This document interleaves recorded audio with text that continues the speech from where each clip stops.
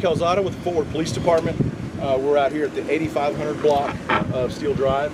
What we're going to do is we're going to have Chief Noakes come and address you guys. We will take a few questions at the end. Keep in mind this is a very active investigation, but Chief does have details he wants to share with you guys. Chief Noakes. Hello, Chief of the Forward Police Department. Details on an active investigation. About 2:13 this afternoon, we had multiple calls in reference to a shooting in the 8500 block of Steel Drive. Upon arrival, officers located 3 victims: a 17-year-old black male, a 5-year-old black male, and an 18-month. The victims received medical care on scene and were transported to local hospitals. Tragically, the 17-year-old and 5-year-old were both deceased. Thankfully, the 18-month-old sustained minor injuries that is expected to survive. During this active investigation, officers have learned that an unknown number of suspects drove to the location in a vehicle, fired upon a group of individuals in the front yard, injuring the 3 victims, and then left the scene.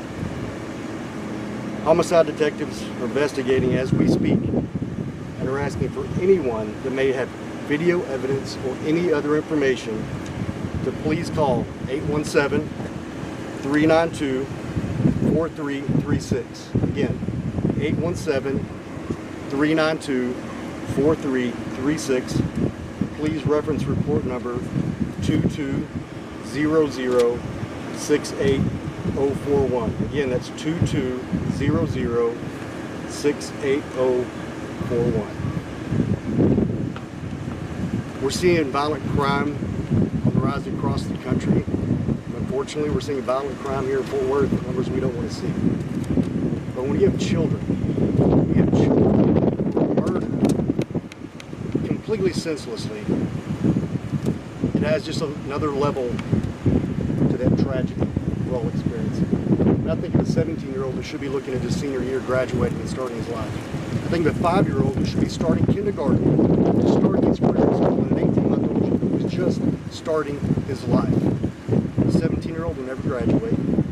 That 5-year-old will never graduate from kindergarten. That 18-month-old will have physical and emotional scars, and they stay with him the rest of his life. And I can tell you this much: the Forward Police Department is going to put every resource necessary to this investigation to do everything we can to bring those responsible to justice as soon as possible.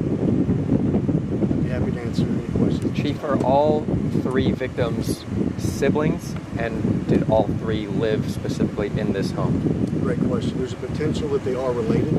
If so, we're still trying to determine exactly how, and I cannot tell you exactly the residence of the victims yet. That's part of our investigation. Any indication on, I mean, I know it's early, but what led to this? We heard someone, you know, we haven't reported this, but a question to you. We heard this from someone in the neighborhood that could be potentially gang related.